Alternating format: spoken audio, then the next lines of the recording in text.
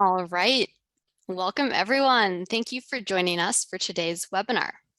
My name is Amalia, and I'm a webinar manager at Terminal, the world's first tech-enabled platform for remote engineering teams.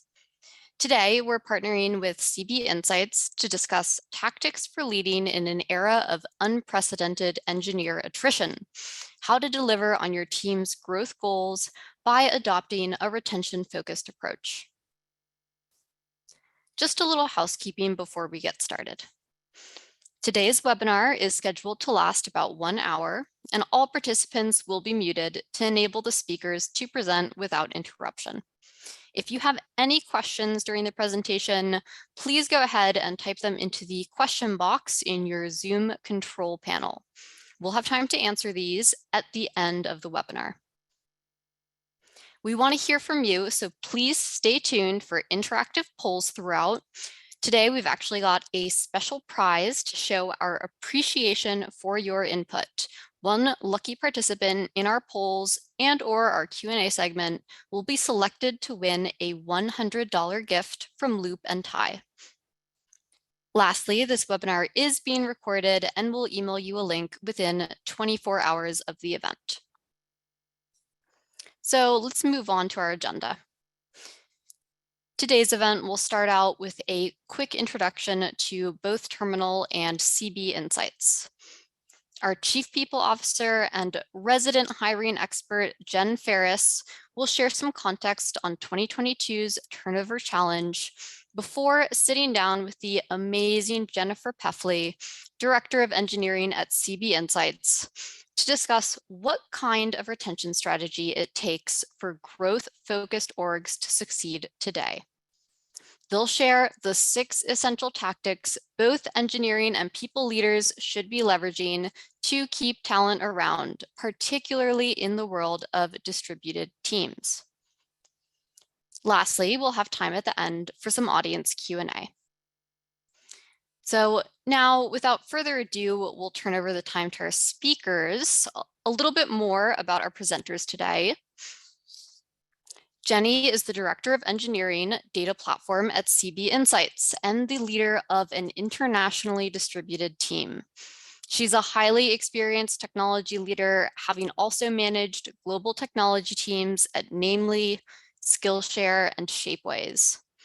She has bachelor degrees in computer science and English literature, as well as an MBA from NYU.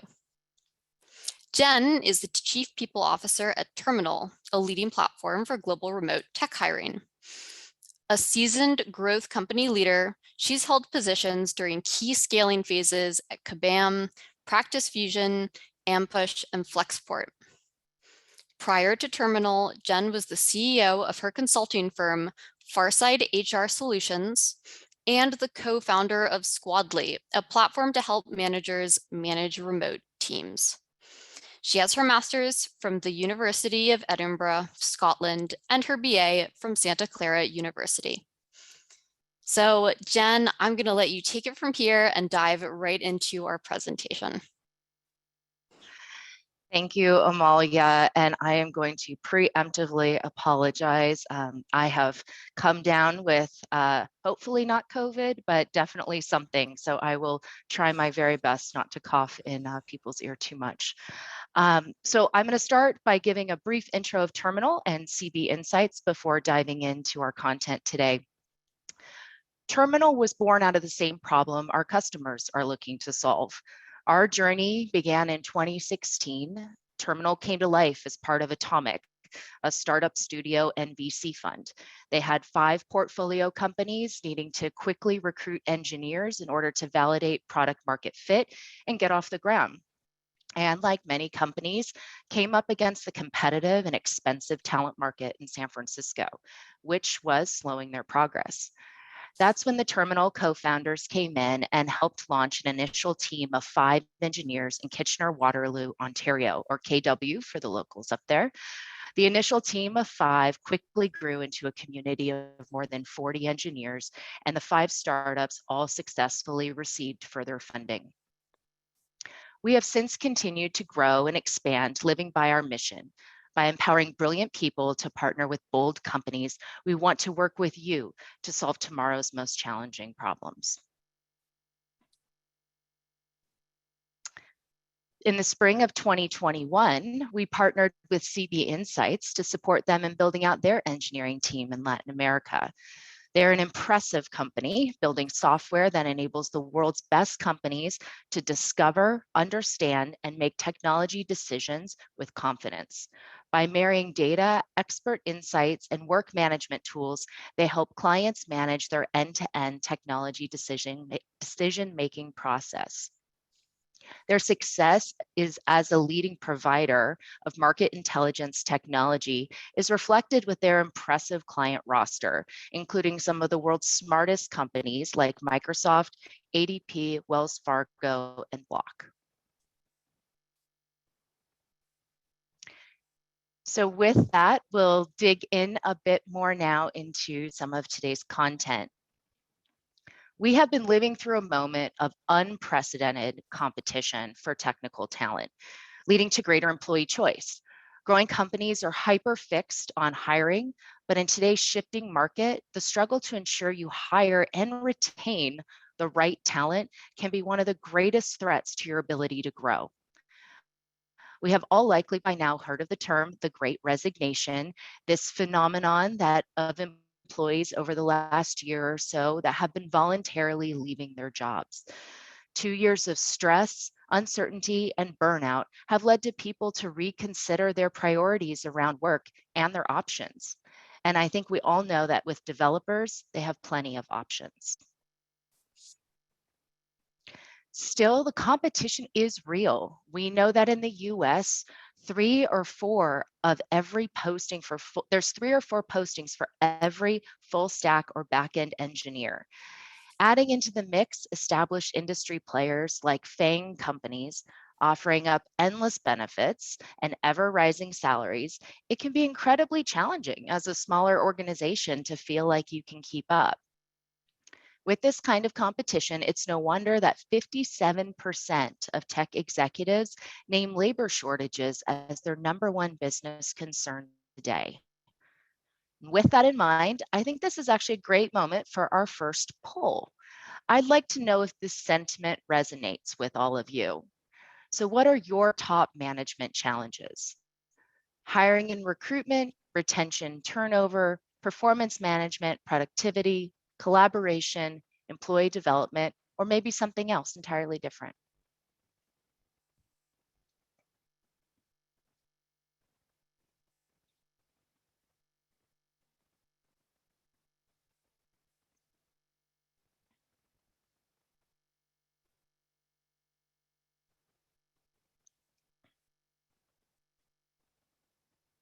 Wow, neck and neck. Hiring and recruitment and retention and turnover. Well, perfect. You're in the right spot. I think we're going to be touching on some of these topics very directly today. So thank you all for that. Every leader trying to add engineering talent to enable business and product growth knows it is both extremely time consuming and costly to source the right developers. And in the end, no matter the immediate challenge you have with finding good talent, it comes with heavy cost. Conservative estimates put average hiring costs at $30,000 per engineer. And this really goes up the longer it takes to fill a role. And I'm sure all of you have had this happen where roles kind of seem to be open nonstop. And the average time to fill a role is about 3 months, often more. And after all that effort, we know that at most small or medium-sized organizations, engineers only stick around for about 18 to 22 months. And I've actually seen this statistic as low as 14 or 15 months on average. When you consider the time it takes to onboard and get an employee up to speed, that actually cuts the productive working time down to just over 12 months. And this definitely leaves most CTOs and executives wanting more and feeling concerned about the return on investment on their hires and their hiring process. And it isn't just the cost of hiring that can bring sticker shock, but there is a greater cost that can come if you experience high voluntary turnover. Here, you have to take into account factors actually beyond recruiting and onboarding. For example, lost productivity. It may take a new employee over a year to reach the productivity of the person leaving. Lost engagement or cultural impacts. Employees who might see these employees leaving might question their own place in the organization and potentially disengage, losing further productivity. Increase in business errors. New employees often just take longer to complete their work because they are less adept at solving the specific company problems and challenges. And then training costs. You might not be aware, but over the average tenure of an employee, a business might invest up to 20% of that employee's salary or more in training. So when you consider all of these factors, the cost to your company when an employee leaves looks so egregious, up to 150% of that person's salary. This is based too on only expecting 1 year of productivity in the organization, and that is just staggeringly high. And that is why it is no surprise that this attrition struggle is causing 1 trillion, yes, 1 trillion, and maybe I should say that like Dr. Evil, like $1 trillion in losses to businesses every year in the US alone. It is simply a massive loss of hiring ROI, and it doesn't look like it's getting better anytime soon. In the past couple of years, as our economy has shifted to remote work, we're seeing that remote availability of positions, while a fantastic hiring opportunity for companies to expand their talent pool, is also becoming table stakes for many looking to move to a new role, thus intensifying the competition. 68% of engineers report remote opportunities as their reason for changing jobs. So as companies look to execute on ambitious growth plans over the next few years to build and scale their products, attrition rates for developers today must be considered a #1 risk to not only companies' hiring success, but to their business plans overall. Which is why it is so critical for leaders today to have a clear, bold, and progressive strategy to retain talent, one that is supported at all levels of the organization. In my years working as a CPO at growth startups, and for the past 3 years of being the CPO at Terminal, I've learned a lot of lessons about what it actually takes to work for high growth companies trying to hold on to talent. But for today's chat, I am only one half of the equation. And it is so important for retention strategy to be executed both at the corporate, but also the management level. And developers can have very specific needs, which is why I'm thrilled to introduce our guest and my willing counterpart today, Jennifer Peffley. With her expertise, she's here to discuss the most critical attrition beating tactics we're seeing actually drive results, and how engineering and people leaders can work together to implement these in service of our business's long-term growth and hiring success. So with that, Jenny, I will turn it over to you for an intro. Great. Thank you so much for having me today. So as you mentioned, I'm a director of engineering at CV Insights. I've been with the company for about 3 years now. And prior to this, I've worked at both larger and smaller tech companies. You named most recently, namely Skillshare and Shapeways. But I've generally been in the startup scene for a while now. And I'm just really happy to be here today to talk about such an important topic. Well, I'm thrilled to have you here, and I know this will be a great discussion. Before we dive into the meat of the Q&A, this feels like another good moment for a poll. So which do you believe most drive engineering turnover? And don't forget that there is a potential prize for your participation in this poll at the end of today. So is it burnout and work-life balance, lack of development opportunities in the role, better paying offer elsewhere, negative workplace culture, feeling undervalued, or maybe it was a plan change. Maybe you moved, had a child, got a new degree.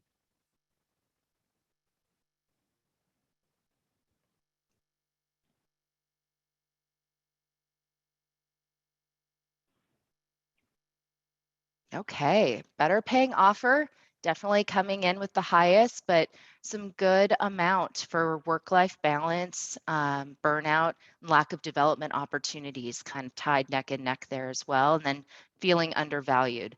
Again, I think we're going to touch on some of these things as we go and hopefully provide you some tangible tactics to take away.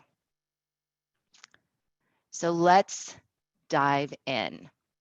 So Jenny, in the face of much attrition risk, which can be such a threat to a team's integrity, it's my experience as retention climbs, companies must adopt a highly principled approach to hiring and management that centers on a clear talent strategy.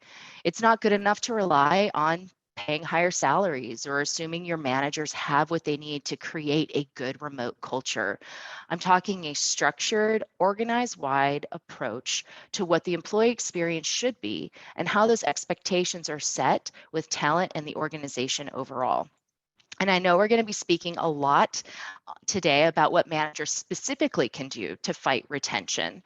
And that's important. But I think we need to really start by defining a really effective values-based framework around what actually drives retention. The 4 areas listed here, engagement, flexibility, autonomy, and development, I think are key themes to work through in every company and how they manifest inside your talent strategy. When we survey developers, we do see that what they look for extends far beyond benefits and salary. So we need to ask, what does the organization need to prioritize and what tactics can managers use to promote these retention drivers?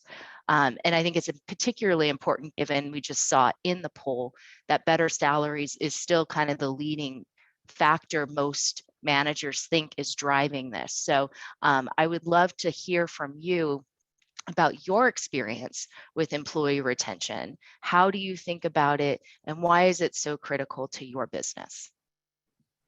Yeah, so to start, I mean, you mentioned this in the intro section, but hiring and onboarding, it's expensive, it's time consuming, it's mentally draining to do interview after interview. So you really want to make sure it's worthwhile. You can't just have people coming in and out all the time. You need to make your company one that people really want to stay at.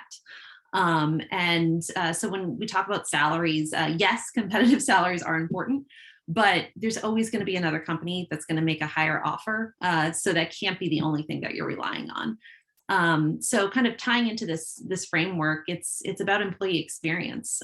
So there's so many elements to it and factors, but figuring out which factors are the most important to the employees that you have, whether it's job stability, work-life balance, flexibility, development opportunities, good managers, all of it plays a piece. And which is your weakest area is going to keep changing. So it's really identifying what you can improve on most and working on that and then keep iterating from there. It's a never ending process. I really love that point you just made. And especially as we talk about talent strategy, that is actually an ever living, breathing thing. It's never something that's done. And to your point, you might focus on one area 1 year, and then the next year you have a new area of weakness because your company has grown, there's new asks being given. And so you have to kind of redefine that strategy and be flexible to those needs. So I think that's a really terrific point. So let's discuss how we actually implement some of these themes here into practice. So it's my belief that effective teams, those that see hiring actually pay off and maintain growth over the long term, are building each one of these principles into both their hiring and management plans. So the first thing I want to ask about is hiring. Again, though, I think it's a good time for a poll because I want to get a sense of what this group is really thinking as we jump into this fairly significant topic. So what describes your approach to remote talent? We only hire locally where offices are based. We hire remote talent across the US, and we hire talent in the US and are looking to expand to one or more international markets, or we already hire remote employees in multiple locations.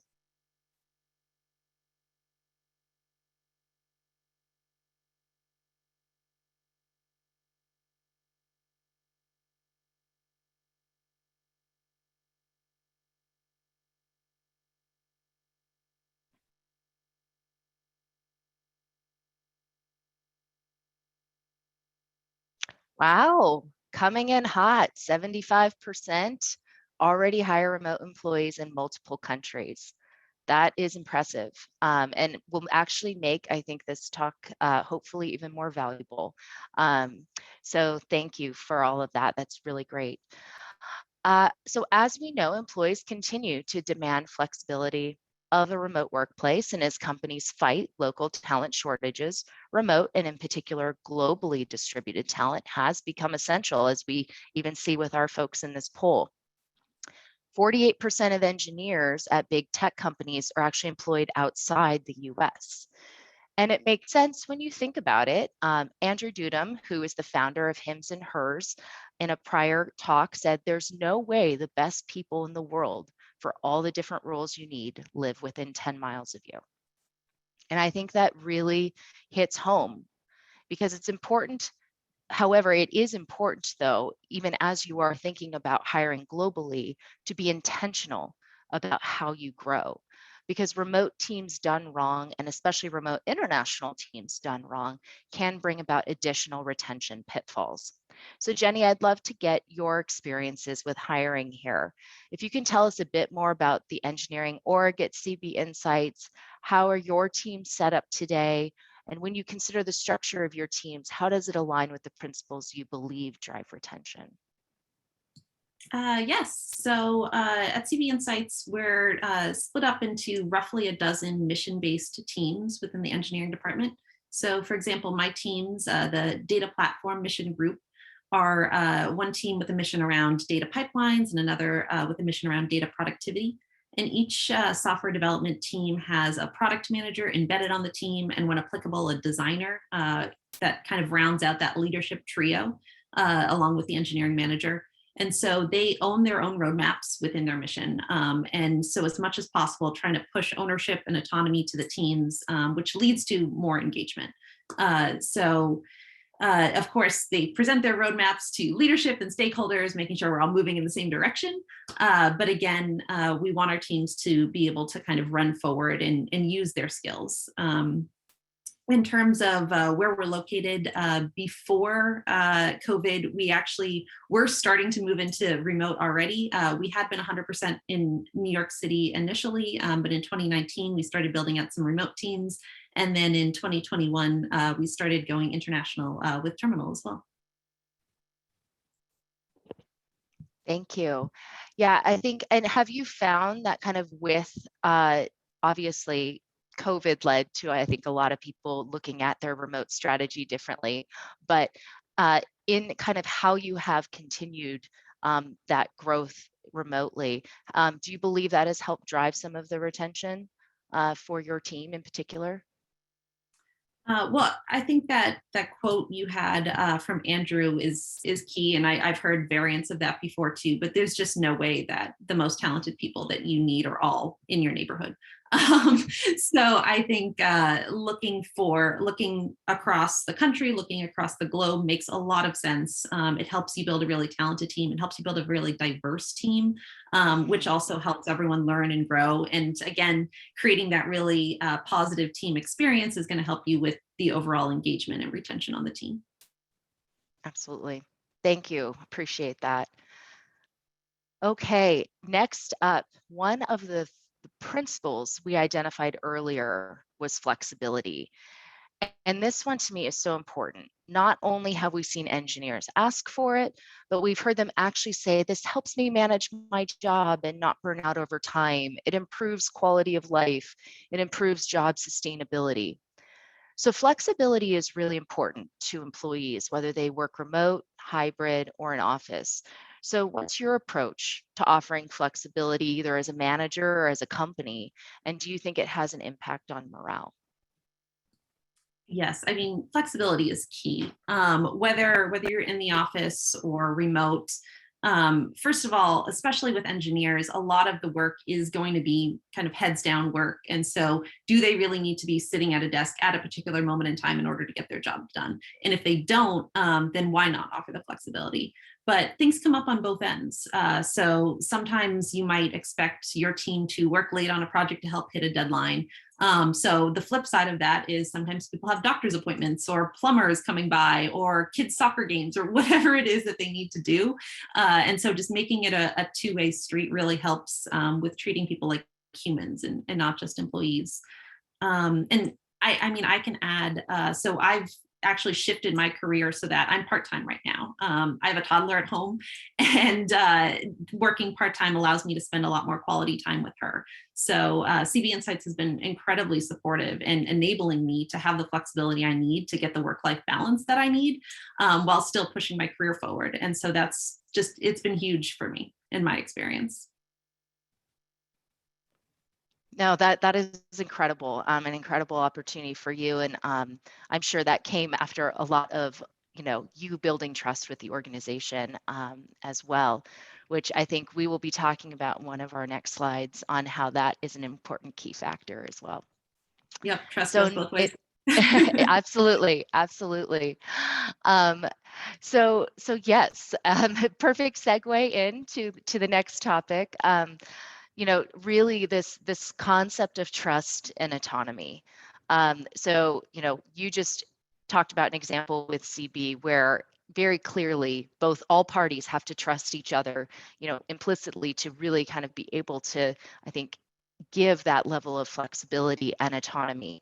And we saw earlier in some stats that 30% of developers leave jobs because they feel undervalued, underappreciated, and 39% actually explicitly talk about a toxic work environment. So this often stems from a lack of trust too, for those that might be aware, Patrick Lencioni's 5 dysfunctions of a team. Trust is the basis of kind of what a team needs in order to be successful. So giving trust and offering employee opportunities for self-determination are an important way to recognize your talent and make them feel seen and valued. And of course, the flip is employees must also trust you and their other colleagues in order for the workplace to function effectively. So without trust, you cannot reasonably expect autonomy. So if we know autonomy and ownership are vital to giving people a sense of job satisfaction, what are ways managers can build that trust with their employees and make them feel valued, especially with the extra complexity of a remote setting?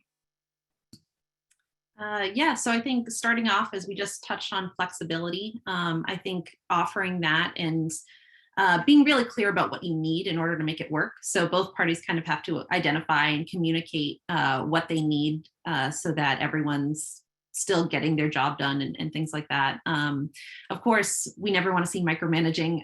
That's true in any setting, whether you're remote or not, but that's never a good way to build trust or autonomy. We want to make sure to always give people good opportunities to grow, help them figure out what their goals are so that you can figure out what the right opportunities for them will be, and then celebrate all the wins, whether it's a small win and whether it's recognizing them publicly within like a team setting or a department setting or just privately. You can also have that conversation with individuals because some will prefer it more one way or the other. And a lot of it is just kind of tailoring everything to the individual. Finally, I would also say on this kind of top bullet point of taking a genuine interest in their lives, just ask them how they're doing. So whenever I have one-on-ones, I like to often start with the question, what's new in your world? And so it's up to them to define what they want the world to mean in that scenario. So if they want to stick strictly to work, they can. I'm not going to pry into their personal lives, of course. But if they want to share something that's going on that's important to them, then they have that space as well. I think that's so important. And actually, even as a manager, as a leader, being willing to have those moments of vulnerability too, where you open up about, your life or learnings or things that might be, just unique to your situation. And by being vulnerable to your team, you're putting trust in them as well. And it kind of breeds that kind of goodwill, I think, and good intent. I also love to talk about just simply the simple say, do, tell model, right? Say what you're going to do, do what you're going to say and then remind people what you did. Because I think that, it also, I think for the employee manager relationship, it's still at the end of the day, there's a performance component there, and there's a need to know that certain things are going to happen. And so I think with say, do, tell, both parties can kind of be very clear on what those expectations are, how they plan to work together, and with that trust breeds more and more autonomy. And so I think that's just always a good model to work with. All right, next up. So this one I know I get a lot of questions on, and I imagine you do too, Jenny, but career development. Many developers can feel like their roles don't offer them enough meaningful opportunities to advance, or they don't know how to think about how to manage their career in general. Now, from the manager or corporate perspective, it can be a little tricky to think about what's the right balance in terms of who owns an employee's career path, and how can a company truly help in a way that makes sense. Many say you as the employee have the responsibility to own your career, but then how as a manager can you help perhaps lay the path for that individual to find their way? How can you help, with an employee's career goals? And how can the company ensure there's the right structure in place for employees to have opportunities for learning and development to take advantage of?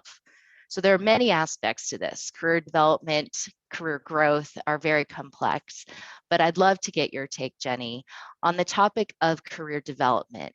In what ways does goal setting come into play? How do you think about helping individuals grow their skills and careers over time?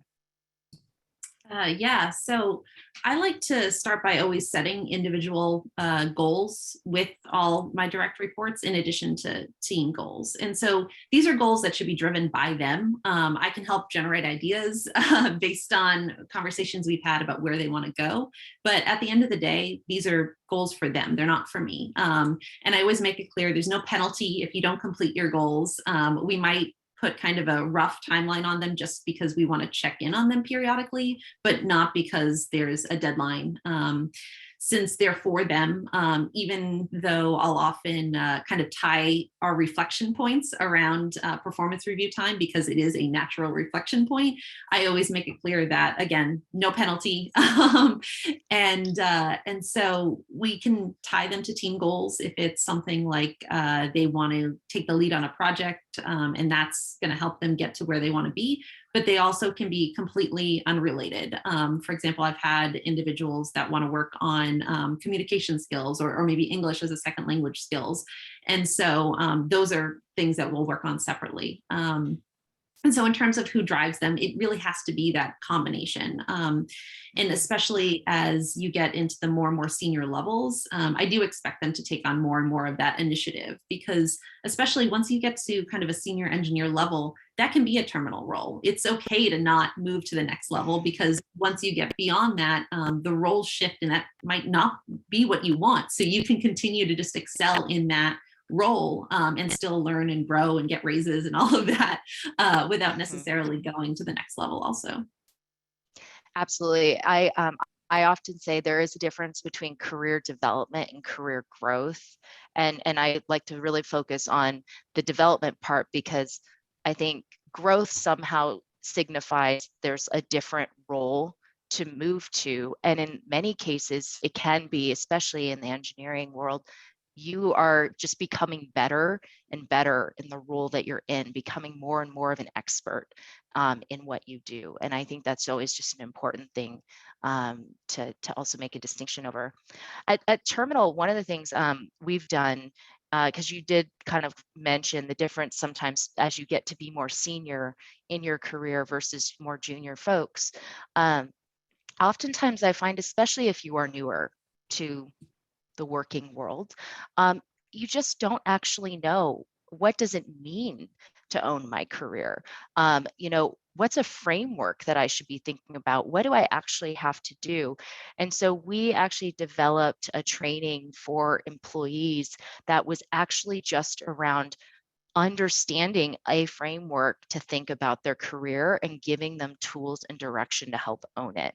So it's not a specific development plan per se, although, we could do that too, but rather a model of just what owning your career means, and just another way companies might be able to support their employees, as they train them on what it means to own their career. So just another direction to possibly take. Okay, well, that brings us to our next topic. So one of the very first principles we outlined was engagement. And I'd love to break this down a bit. So first off, what creates engagement? It's an essential piece is feeling like your participation matters, that what you do has impact. So the question is, what creates that feeling? And here we've touched on two areas that help with this: transparency and responsiveness. For transparency, this is not just about the company or the manager giving people the information they need to do their job, although of course that is highly important, but it is also about creating an overall environment that welcomes action and feedback. And responsiveness is then acknowledging and reacting to that input. So you need both to have kind of a cohesive approach to collecting feedback and then of course doing something about it. So I'd love to know, what tactics do you use to help your team feel meaningfully engaged with their work and protected from burnout? Yes, so when talking about engagement, I mean, one of my favorite topics is always engagement surveys. So at my last 4 companies, we've used Culture Amp. They're pretty popular, and I love those surveys. So I think you can get a lot of really great feedback from them. But I'll caution that with saying that you only get the great feedback if you're, as you mentioned, taking action on them. Otherwise, people aren't going to want to fill them out, or even if they do, they'll maybe not leave you many comments, and you just won't get the valuable feedback from them. So I think there's a few things that I always do with them. So one, after we get the initial results, and I kind of go through and try to pull out some highlights and lowlights and everything and areas of improvement, then I always sit down with the team and do a little open forum and say, look, it doesn't matter what you said, you probably don't remember. I know I don't remember how I filled out my own at this point. We're not trying to identify anyone, but we are just trying to say, are these themes that we pulled out, do they sound right? Do they resonate with you? So we can get some additional validation on that, and make sure we're picking the right action items. And then once we've picked some action items to focus on, it's sharing progress on them regularly. So we do that here in our engineering all hands. And so we'll be able to share some updates on some of them that we've made progress on. And even the ones that maybe we haven't made progress on yet, we'll share that too. So people know, look, it's still on our radar. We haven't forgotten. We're not ignoring this. We just haven't yet made the progress that we want to. So besides surveys and Culture Amp and all the wonderful data that comes out of those, I think the other bits to really call attention to are just encouraging good work-life balance. So getting people to take time off, stop working at a decent hour, especially in the early months of the pandemic. A lot of people struggled with this. I think most have found their groove now, but keeping an eye on that, and just always being as transparent as you can with everything. And that'll help again with kind of that two-way street that I keep talking about with everything. No, I think all of that makes sense. And I also, we were talking about transparency and responsiveness. And I think part of responsiveness too is actually when it comes to just saying thank you and acknowledging the work that's been done by your team. I often say people work for thanks. They want to know what is happening and how they've helped impact a situation. And often that simple validation and acknowledgement on a regular basis can go further than a one-time big gesture. And so I think responsiveness is also part of like the manager or the company being responsive to acknowledgement as well of the work that's been done. Wonderful. So I think we are running a little short on time, but we do have a couple more slides. So we'll see if we can't power through a little bit faster. The last element was really to touch on was around inclusion, which is kind of a precursor, you could say, to full team engagement, making sure each one of your employees feels integrated and considered. This is especially important across time zones and across borders, different cultures even. We have some examples already up here, but how do you create and maintain an inclusive team culture? Yes, I think we already have some great examples on the slide, so I won't repeat those for the sake of time.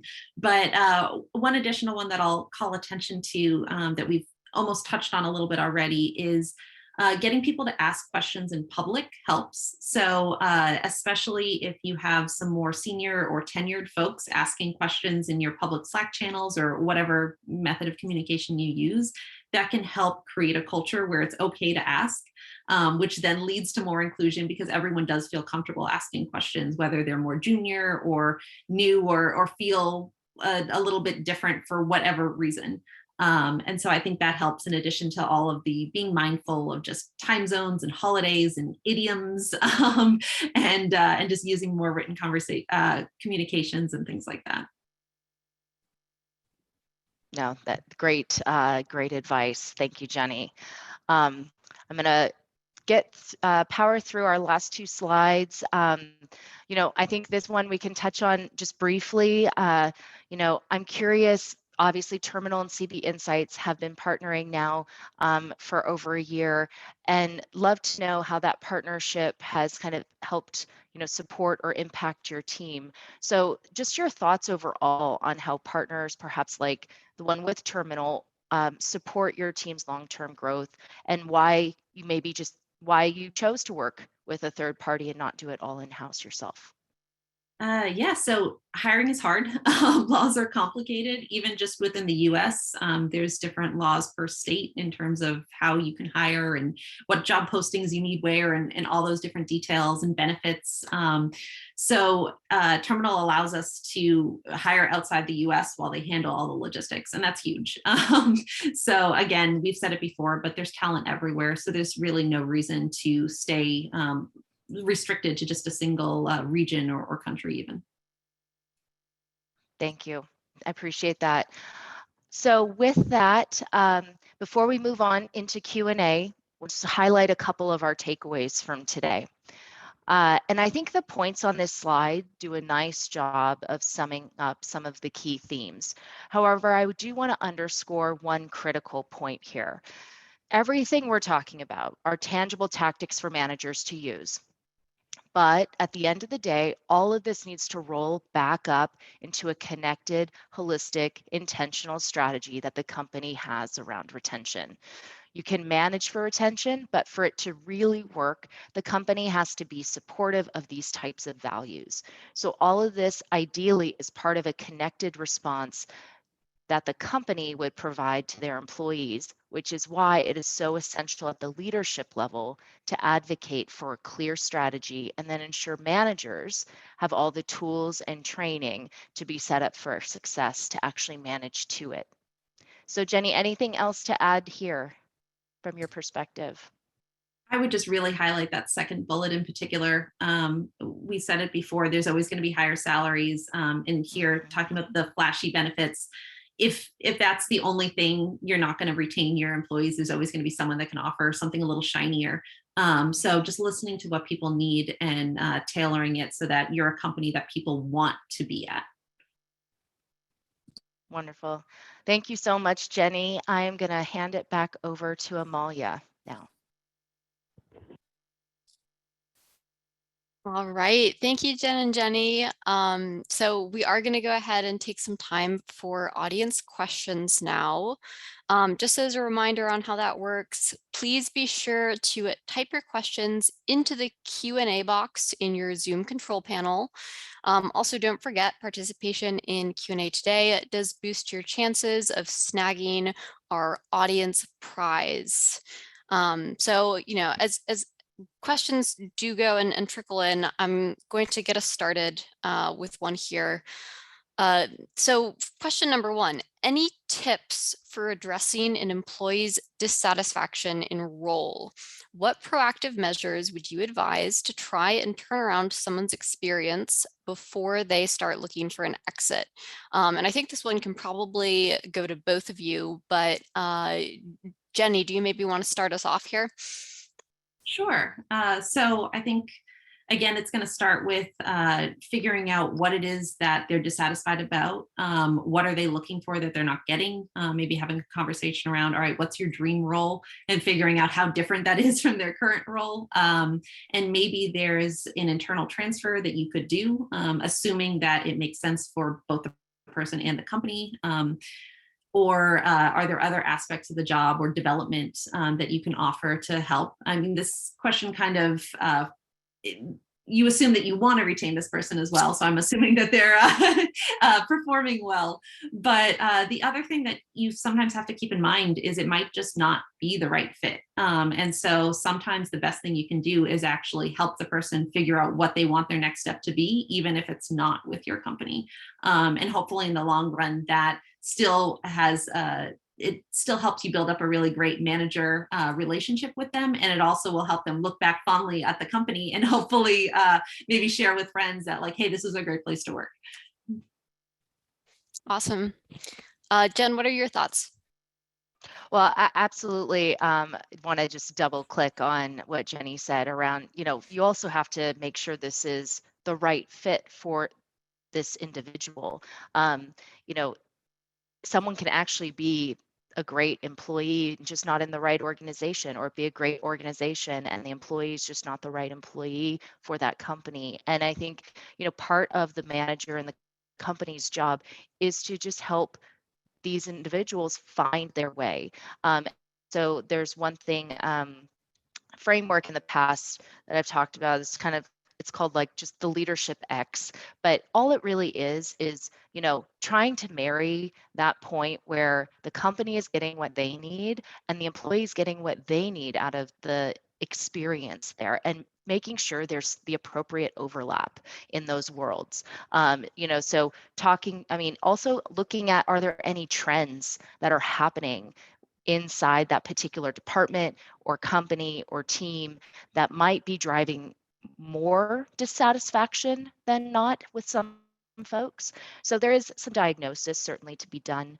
But I think, what Jenny said around just really also ensuring that it is just a match you want to retain is an important one. And if it's not, it doesn't mean you can't still be a good manager and a good employer to help transition them appropriately and help them figure out what the right thing is for them. Yeah, absolutely. So we have another couple of questions here that are actually pretty similar. So I'll try to combine them. So we have one question around the social dimension of dev teams. So how important is it in retention, especially in a job that tends to have more introverted personalities? How do you foster connections between team members? And we've had kind of some similar ones come in about, building trust in a remote environment where, the employee and manager have never met. So maybe we can start with Jenny on this one. Any thoughts here? Yeah, so definitely team building is tougher in a remote situation. There's and team building versus building trust, I actually think are pretty different in some ways too, although they can help. I think the more personal you can get with people, that does again help build trust. So sharing your own anecdotes, as Jen mentioned before too, that helps kind of open up that level of conversation, which then leads to building trust. But in terms of the social dimension, it's going to vary per team what resonates with people, but I've had teams do kind of casual coffee lunch, virtual chats, happy hours. Sometimes they work, sometimes it just gets awkward sitting and eating your lunch on Zoom. But also just finding ways for people to collaborate together, maybe pair programming more. Or I had a team that went through kind of a rebranding exercise that was really fun. So we came up with a new team logo and things like that. And that was work related, but also really fun and got us to just be kind of creative and silly together. And that was a good team experience as well. That's awesome. Jen, do you have anything to add to that? Not on this question. I think Jenny covered a lot of really good tips there. Okay, well, I am going to go and kick one over to you. So you mentioned how career pathing needs to be a joint venture between a manager and employee. Felicia asks, do you have any tips on empowering employees to make decisions about their career paths? Yeah, I mean, I think so. It depends, I think, a little bit on, again, the stage of where you're at in thinking about your career path. Is this something that you're a little bit earlier on and you're actually deciding what career path do I actually want to be on? Because there's actually, that often comes up when you actually are, maybe in their first few years in a professional environment, and you actually could have multiple paths available in front of you. So, what does that look like? There are some exercises to kind of really break down, thinking about the things that you really value as an individual. What motivates you? What drives you? What brings you energy? And what are the things that demotivate you or maybe take away energy? And as you think about those activities that you enjoy or not, that might help start to frame what roles, fundamentally might be more suited for you than others. So you can kind of take this, it's a fairly deep thought exercise. If you kind of are mid in your career and you kind of know what path you're on and you just want to know kind of, hey, what's next for me?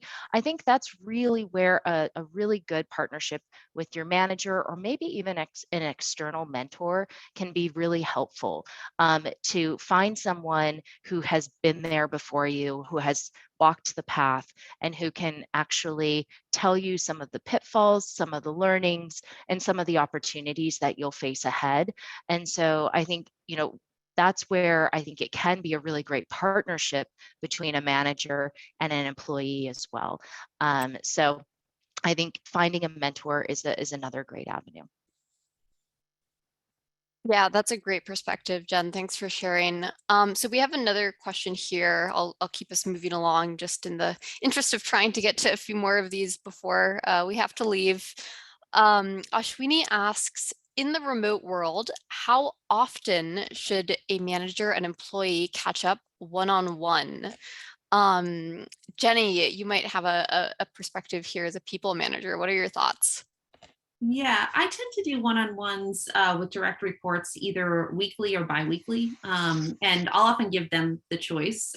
So if it's an individual contributor and maybe a senior level one, biweekly might be plenty. If it's a more junior engineer, then often they'll want to meet more frequently, and so weekly is more appropriate. Or a manager, maybe we want to check in weekly because we're not just checking in about them, but we're also checking in about their entire team. So I put them on the calendar that way. I also do skip level one-on-ones monthly.